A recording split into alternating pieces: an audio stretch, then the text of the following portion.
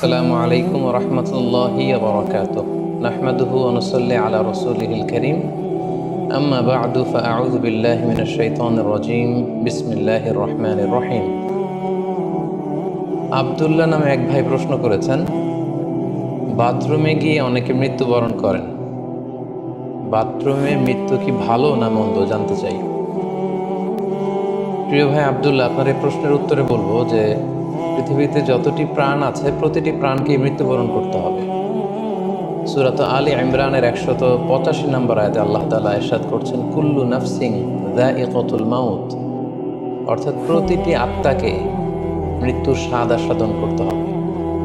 আমরা পৃথিবীতে যারাই এসেছি আবার এই পৃথিবী থেকে বিদায় নিতে হবে, আমাদেরকে মৃত্যুবরণ করতে হবে। এটা হচ্ছে চিরসত্য বা মহাসত্য, এবং এই চিরসত্যটি কম বেশি আমরা সবাই জানি, কিন্তু আমরা কোথায় মৃত্যুবরণ করব এ ব্যাপারে আমরা কিছুই জানি না। কিভাবে আমাদের মৃত্যু ঘটবে, কোন প্লেসে কোন জায়গাতে আমরা মরব এ ব্যাপারে আমরা কিছু জানি না। এবং সে ব্যাপারে সূরাতুল লোকমানের 34 নম্বর আয়াতে আল্লাহ তাআলা ইরশাদ করছেন, ওয়ামা তাদরি নাফসুম বিআইয়ি আরদিন তামুত ইন্নাল্লাহা আলিমুন খাবীর, অর্থাৎ কোনো মানুষই জানে না, কোনো প্রাণী জানে না যে সে কোন প্লেসে কোন জায়গায় মৃত্যুবরণ করবে। এ ব্যাপারে শুধুমাত্র কেবলমাত্র আল্লাহ তাআলাই জ্ঞান রাখেন। ইন্নাল্লাহা আলিমুন খাবীর, তিনি মহাজ্ঞানী এবং সব ব্যাপারে তিনি খবর রাখেন। তাহলে কোরআনের এই দুটি আয়াতের মাধ্যমে আমরা জানতে পারলাম যে আমরা প্রত্যেকেই মৃত্যুর স্বাদ আস্বাদন করতে যাচ্ছি, আমরা মরবো এটা নিশ্চিত, কিন্তু কোথায় মরবো, কোন জায়গায় আমাদের মৃত্যু ঘটবে, সংঘটিত হবে এ ব্যাপারে আমরা কিছুই জানি না। এবার যদি আমরা সরাসরি প্রসঙ্গে আসি, সেটা হচ্ছে বাথরুমে গিয়ে যদি কেউ মৃত্যুবরণ করে, হ্যাঁ সেটা হতে পারে, বাথরুমেও কেউ মৃত্যুবরণ করতে পারে। এবং অনেক সময় আমরা শুনেছি যে বাথরুমে অনেকে ইন্তেকাল করেছেন, মৃত্যুবরণ করেছেন। এখন এই বাথরুমে মৃত্যুবরণ করা এটা ভালো কি মন্দ এটা তিনি জানতে চেয়েছেন। আসলে বাথরুমের ভেতরে কেউ মৃত্যুবরণ করলে এটা ভালো মৃত্যু নাকি খারাপ মৃত্যু এই ব্যাপারে কোনো হুকুম দেওয়ার বা ডিসিশন দেওয়ার সুযোগ আসলে আমাদের নেই, কেননা এ ব্যাপারে ইসলাম আমাদেরকে কিছু জানায়নি। কারণ নিছক বাথরুমের ভেতর মৃত্যু যদি হয় তাহলে এটা খারাপ মৃত্যু বা খারাপ সাইন, সে জাহান্নামে যাবে এরকম কথা বলার কোনো সুযোগ নেই। নিছক একটা নির্দিষ্ট জায়গায় কারণ মৃত্যুর কারণে এটা খারাপ মৃত্যু বা ভালো মৃত্যু বলে আসলে কোনো ধরনের সিদ্ধান্তে আসা যায় না। কারণ বাথরুমে নানাভাবে মানুষের মৃত্যু হতে পারে। কেউ হয়তো অজু করতে যেয়ে বাথরুমের ভিতরে মৃত্যুবরণ করেছে, অথবা কেউ গোসল করতে যেয়ে মৃত্যুবরণ করেছে, এটাও হতে পারে, অথবা প্রাকৃতিক কাজ সারতে যেয়ে বাথরুমে তার মৃত্যু হয়েছে। এর কোনোটির ক্ষেত্রেই এই মৃত্যুটি খারাপ মৃত্যু এভাবে কোনো সিদ্ধান্তে আসা যাবে না। সিদ্ধান্তে আসা যাবে এভাবে, অথবা ধারণা করা যাবে, প্রবল ধারণা করা যাবে এভাবে যে সে তার জীবনটা কিভাবে কাটিয়েছে। তিনি যদি ইমানের উপর থাকেন, ইস্তেকামতের উপর থাকেন, আল্লাহ এবং আল্লাহ রাসূলের উপর দৃঢ় বিশ্বাসের উপর থাকেন, তিনি যদি সৎ কর্ম করে থাকেন এই পৃথিবীতে, তাহলে তার বিদায়টা, তার মৃত্যুটা ভালো মৃত্যু হয়েছে বলে আমরা প্রবল ধারণা রাখতে পারি। কিন্তু কে জান্নাতি হবে আর কে জাহান্নামী হবে এ ব্যাপারে শুধুমাত্র আল্লাহ তাআলা ডিসিশন দিতে পারেন। এক্ষেত্রে অনেকে একটি হাদিসের মিস ইন্টারপ্রিটেশনের কারণে এই ধরনের ধারণা করে থাকতে পারেন, যে হাদিসটি সহিহ বুখারীতে এসেছে। আল্লাহর হাবিব সাল্লাল্লাহু আলাইহি ওয়াসাল্লাম বলেছেন, ইন্নামাল আমালু বিল খাওয়াতিম, অর্থাৎ মানুষের কর্মফল নির্ধারিত হয় তার শেষ কাজের উপর ভিত্তি করে। তার শেষ জীবনটা যদি ভালো হয় তাহলে তার মৃত্যুটা ভালো হয়েছে বলে ধরা হবে। এই হাদিসের মিস ইন্টারপ্রিটেশনের কারণে অনেকে হয়তো ধারণা করতে পারেন যে বাথরুমের ভেতরে কারো মৃত্যু ঘটলেই সেটা খারাপ মৃত্যু। আসলে ব্যাপারটি এমন নয়। হাদিসে যে বিল খাওয়াতিম বলা হয়েছে, এর ব্যাখ্যা এসেছে যে বিল খাওয়াতিম মানে হচ্ছে মা ইয়ামালুহু ফি আখিরি হায়াতি, সেটা শেষ জীবনে কি কাজ করেছে সেটার উপর ভিত্তি করে তার মৃত্যুটা ভালো নাকি খারাপ এটা নির্ধারিত হবে।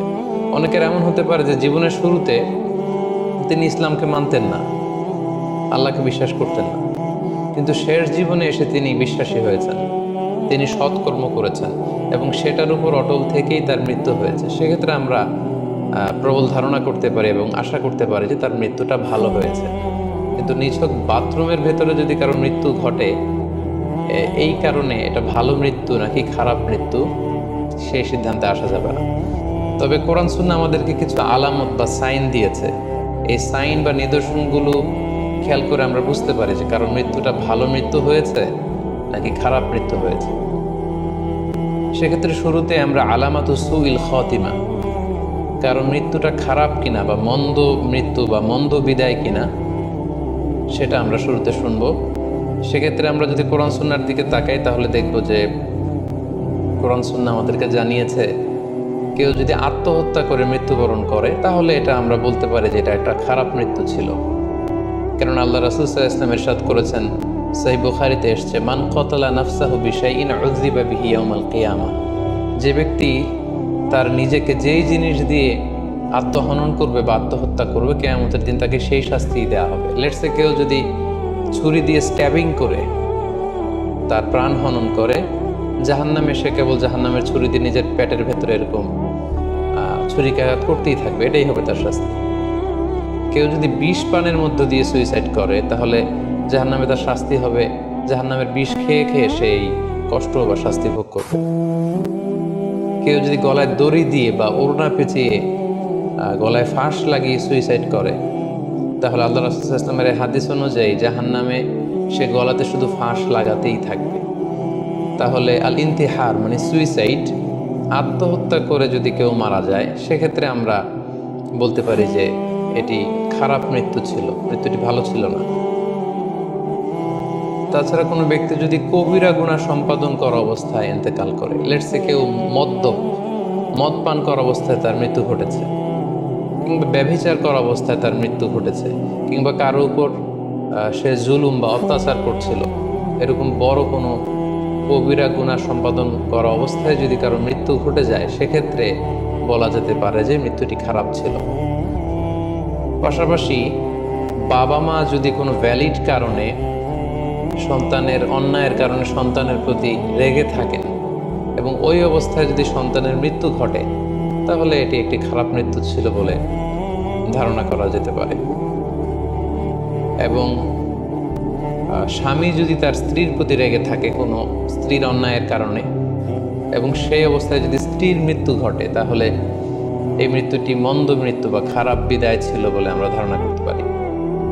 সবশেষে বলবো যে কোনো ব্যক্তির মৃত্যুতে যদি গোটা মুসলিম উম্মাহ, মুসলিম কমিউনিটি আনন্দ প্রকাশ করে, উল্লাস করে, এটাও ওই ব্যক্তির খারাপ মৃত্যু ছিল বলে ধরে নেওয়া হবে। কারণ সবাই তার অন্যায় থেকে, অত্যাচার থেকে, তার অনিষ্ট থেকে বাঁচার জন্য চাচ্ছিল, তার হাফ ছেড়ে বেঁচেছে। সো মুসলিম উম্মাহ যদি, গোটা মুসলিম উম্মার ভালো লোকরা যদি কারোর মৃত্যুতে আনন্দ প্রকাশ করে তাহলে তার মৃত্যুটা খারাপ মৃত্যু ছিল বলে ধরে নেওয়া যাবে। এই সমস্ত আলামতগুলো যদি আমরা খেয়াল করি, এগুলোর ভিত্তিতে বলা যেতে পারে যে তার মৃত্যুটা মন্দ ছিল, তার বিদায়টা খারাপ ছিল। এবার আমরা যদি হুসনুল খাতিমা অর্থাৎ ভালো বিদায়, কোনো ব্যক্তি যখন আমাদের থেকে বিদায় নিল, মৃত্যুবরণ করলো, তখন আমরা কিভাবে বুঝবো যে বিদায়টা ভালো ছিল এবং এই লোকটা আশা করি যে জান্নাতি হবে, এটা আমরা কিভাবে বুঝবো?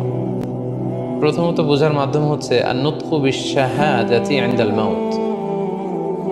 মৃত্যুর সময় যদি কেউ আল্লাহর জিকির করা অবস্থায়, আল্লাহকে স্মরণ করা অবস্থায় কিংবা শাহাদাত বাণী পাঠ করে যদি মৃত্যুবরণ করতে পারে তাহলে আশা করা যায় যে এই মৃত্যুটা খুব ভালো মৃত্যু হয়েছে।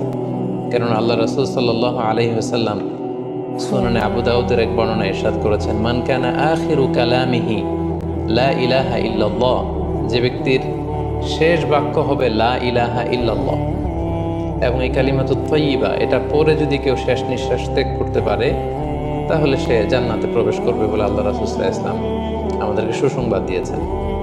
তাহলে মৃত্যুর আগে কালিমা পড়ে মরতে পারা এটা একটা সৌভাগ্যের বিষয় এবং এটা একটা ভালো সাইন। পাশাপাশি বিশ্বাসী ব্যক্তিরা, ইমানদাররা যখন মৃত্যুবরণ করে তখন তাদের কপাল ঘেমে যায়, অর্থাৎ মৃত্যুর পরে মৃত ব্যক্তির কপালে হাত দিয়ে যদি আমরা দেখতে পাই যে কপাল ঘেমে আছে, সোয়েটিং, প্রচণ্ড ঘামছে, এটা দেখেও আন্দাজ করা যেতে পারে বা ধারণা করা যেতে পারে যে মৃত্যুটা ভালো হয়েছে। কেননা সুনানে তিরমিজির বর্ণনায় আল্লাহ রাসূল সাল্লাল্লাহু আলাইহি ওয়াসাল্লাম ইরশাদ করেছেন, আল মুমিনু ইয়ামুতু বিআরাকিল জাবিন, বিশ্বাসীরা যখন মারা যায় তখন তাদের কপাল ঘেমে যায়। সো অনেক আল্লাহওয়ালা ভালো মানুষের মৃত্যুর পরে আমরা এটা দেখেছি বা শুনেছি যে ইন্তেকালের পরে তাদের কপাল ঘেমেছিল এবং সেটা দেখে কিন্তু বোঝা যাবে যে মৃত্যুটা ভালো ছিল। পাশাপাশি জুমার রাতে যদি কেউ ইন্তেকাল করে, বৃহস্পতিবার দিবাগত রাতে, নিঃসন্দেহে সেক্ষেত্রে লোকটার ইমানদার হতে হবে, সৎ ব্যক্তি হতে হবে। সেক্ষেত্রে এটা একটা ভ্যালিউ অ্যাড করবে যে জুমার রাতে সে ইন্তেকাল করেছিল। রমাদান মাসে যদি কেউ ইন্তেকাল করে, এটা একটা খুশনসিব তার জন্য। পাশাপাশি হজের সফরে যদি কেউ, হজের যে দীর্ঘ সফর, এই সফরে যদি কেউ ইন্তেকাল করে, এটা একটা ভালো মৃত্যু বলে ধর্তব্য হবে।